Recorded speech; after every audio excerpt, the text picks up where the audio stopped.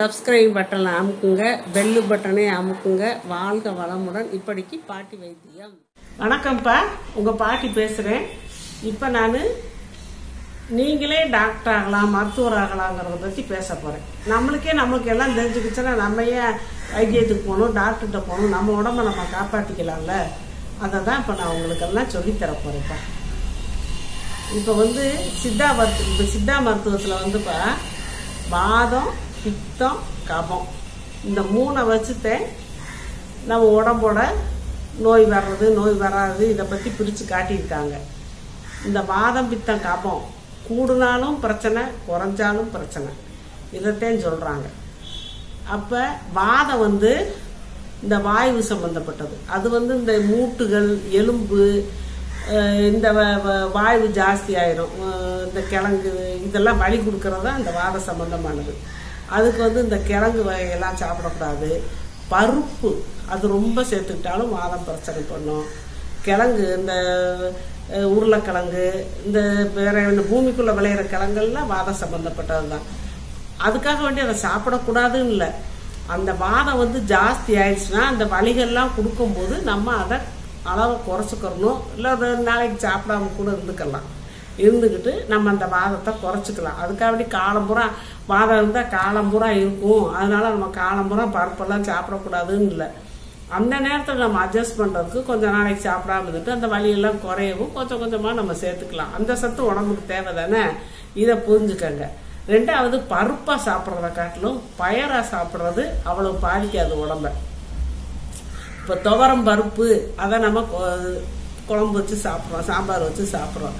இதையே நம்ம துவரம் பருப்பை சுண்டல் பண்ணி சாப்பிடலாம். துவரம் பருப்பு துவரம் பயிரை ஊற வச்சு அதை நம்ம வேக வச்சு கடைஞ்சி தாளித்து வச்சு சாப்பிடலாம். அந்த தோலோடு சாப்பிட்றது அவ்வளோ வாயு பாதிக்காது, வாதத்துக்கும் பிரச்சனை இல்லை. பித்தம், வாதத்தை நம்ம முடிச்சிட்டோம். அடுத்து பித்தம்னா ஜூடு சம்பந்தப்பட்டது. சூடும் உடம்புக்கு நல்லது தான். வாதமும் இந்த கைகால் மூட்டெல்லாம் சரியாக இயங்கிறதுக்கு தான் வாதம். அதே மாதிரி சூடும் உடம்புக்கு தேவை தான். அதை அதிகரிச்சா குறைஞ்சா பிரச்சனை. அதிகரிக்கும் போது கண்ணு பாதிக்குது, கண் எரியுதுங்கிறாங்கல்ல, கல்லீரலை பாதிக்குது, பித்தப்பையை பாதிக்குது. அப்போ மஞ்சக்காமலையெல்லாம் வருது. இப்படியெல்லாம் பிரச்சனை இந்த சூடு அதிகரிச்சா வருது. அதுதான் பித்தம். சூடு அதிகரிச்சா வர்றது தான் பித்தம். நம்ம இந்த சூடை அதிகரிக்காமல் பார்த்துக்கணும். அதுக்கு தான் எண்ணெய் தேய்ச்சி குளிக்கணும், இப்படியெல்லாம் சொல்கிறது. எண்ணெய் தேய்ச்சி குளிக்கணும். இதெல்லாம் இஞ்சி, சுக்கு இதெல்லாம் வாதம், பித்தம், கபம் 3க்குமே ஏற்றது. அதனால் இஞ்சி, சுக்கு இதெல்லாம் நம்ம சமையலில் சேர்த்துக்கிறணும் அப்படிங்கும்போது நம்ம அந்த பித்தம் ரொம்ப ஓவர் ஆகி போச்சுன்னா தலைக்கு ஏறுதும்பாங்க. பித்தம் தலைக்கு ஏறுதுன்னா என்ன அர்த்தம்? பித்தம் ஓவர் ஆயிடுச்சுன்னா சூட்டுனால பித்தம் ஓவர் ஆகுது. ஓவரானா தலைக்கு ஏறுது. தலைக்கு ஏன்னா அந்த கிருகிருப்பு, மயக்கமெல்லாம் வரும். அப்புறம் அது ப்ரெஷராக வரும், பிளட் ப்ரெஷராக வேற வரும். அதெல்லாம் வராமல் இருக்கிறதுக்கு நம்ம இந்த தனியா இருக்குல்லப்பா, தனியா நல்லபடியாக சேர்த்துக்கலாம். உடம்புக்கு அந்த ஹீட்டை குறைக்கும், அந்த பித்தத்தை குறைக்கும். நம்ம உடம்பு ஒரு சூழ்நிலைக்கு சரியாக கொண்டு வரும். இந்த கொத்தமல்லி இலையெல்லாம் நம்ம அதுக்கு தான் அன்னாடம் உணவுல சேர்த்துக்கிறது.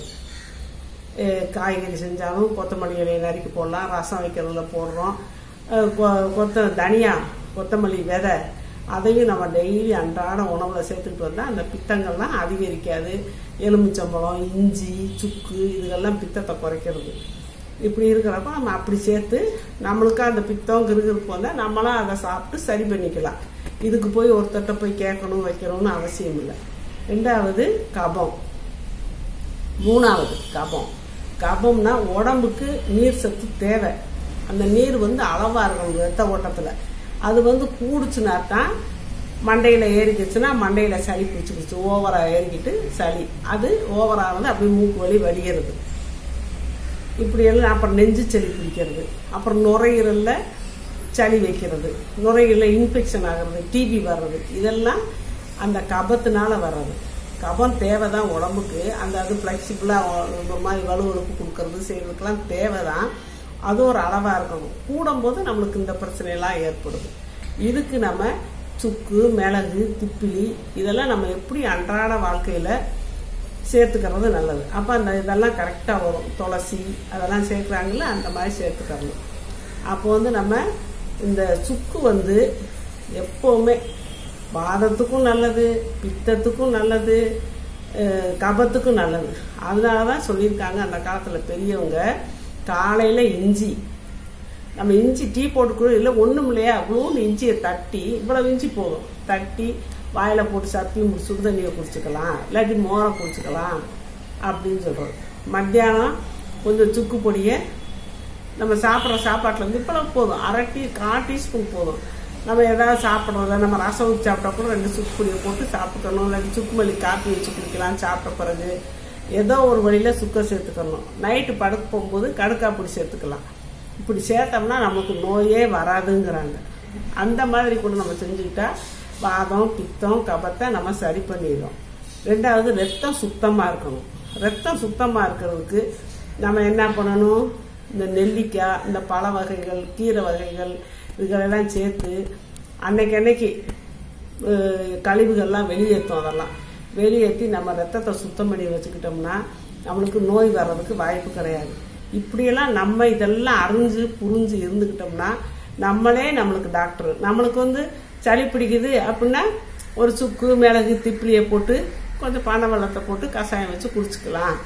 அது முடிஞ்சா பித்தம் கிருகிருன்னு வருதா, கொஞ்சம் இஞ்சியும் கொத்தமல்லியும் போட்டு பழுவனு நரைச்சி காலையில் வெறும் வயிற்றுல மோர் கலந்து கூட குடிச்சுக்கலாம். பித்தம் சரியா போச்சா, வாரத்துக்கு 2 நேரம் எண்ணெய் தேய்ச்சி வர குளிக்கலாம். அப்படி குடிச்சா பித்தம் சரியா போயிடும். வாதம், கை கால் மூட்டு வலிக்குதா, என்ன செய்யணும், நீங்க ஒன்றும் செய்ய வேண்டியதில்லை. இந்த இஞ்சி சாறு தேனி அதுகளை குடிச்சுக்கலாம். இந்த முடக்கத்தான் கீரை இருக்குது, அது இந்த மூட்டு அந்த வாதத்தை எல்லாம் சரி பண்றது. கீரையை முடக்கத்தான் கீரையை நம்ம செய்யற விதமா செஞ்சு சாப்பிட்டுக்கலாம். இப்படிலாம் செஞ்சு இந்த பயிறு பருப்பு கிழங்கு இந்த வகையில சேர்க்காம கொஞ்ச நாளைக்கு அட்ஜஸ்ட் பண்ணிக்கிட்டோம்னா அது சரியா போயிடும். நம்ம உணவுலேயே மருந்து தயார் பண்ணி நம்மளா செஞ்சு சாப்பிட்டு நம்மளா நம்ம உடம்ப காப்பாற்றிக்கலாம். அதனாலதான் சொல்றேன், நீங்களே மருத்துவர் ஆகிக்கலாம்னு சொல்றேன். நீங்க மருத்துவராம உங்க அக்கம் பக்கத்துல இருக்கவங்களுக்கும் நீங்க அது உதவியா இருக்கும். நீங்க பெற்ற பிள்ளைகளுக்கும் உதவியா இருக்கும். உங்க பெற்ற தாய் தகப்பனுக்கும் உதவியா இருக்கும். எல்லாத்துக்கும் நீங்க மருத்துவர் ஆகிட்டீங்கன்னா எல்லாத்துக்குமே இதாயிரும். இது நம்ம இப்படி இதெல்லாம் தெரிஞ்சுக்கணும். அதான் இப்ப நான் உங்களுக்கு சொல்லி நிறைய பேர் எங்கிட்ட நிறைய கொஸ்டின் கேட்கறீங்க. எனக்கு அந்த அடிப்படை இது தெரிஞ்சதுனால நான் இப்போ ஒவ்வொருத்தருக்கும் எல்லாத்துக்கும் சொல்லிட்டு இருக்கேன். நீங்கள் இதை புரிஞ்சு நீங்களும் உங்க குடும்பத்தார்களை நீங்க பார்த்து நீங்களும் ஒரு மருத்துவராக ஆசை வாழ்க வளமுடன். இப்ப நிறைய பேர்ப்பா நான் அவங்க கொஸ்டினுக்கு ஆன்சர் சொல்றதுலன்னு கேக்குறாங்க. சொல்லிக்கிட்டு தான் இருக்கேன். நான் அதுக்குன்னு சொல்லி பார்வையாளர்கள் கேள்வி பதில் நான் போட்டிருக்கேன். அதை பார்த்துக்கங்கப்பா. அதை பார்த்தீங்கன்னா உங்களுக்கு தெரியும். நான் வரிசையா கேள்வி பதில் போட்டுக்கிட்டே இருக்கேன். அதில் போட்டு பார்த்தீங்கன்னா நீங்கள் கேட்ட கேள்விக்கெல்லாம் நான் பதில் சொல்லிடுறேன்ப்பா. அதை கட்டாயம் நீங்கள் பார்த்து தெரிஞ்சுக்கோங்க. சப்ஸ்கிரைப் பட்டனை அமுக்குங்க, பெல்லு பட்டனை அமுக்குங்க. வாழ்க வளமுடன். இப்படிக்கு பாட்டி வைத்தியம்.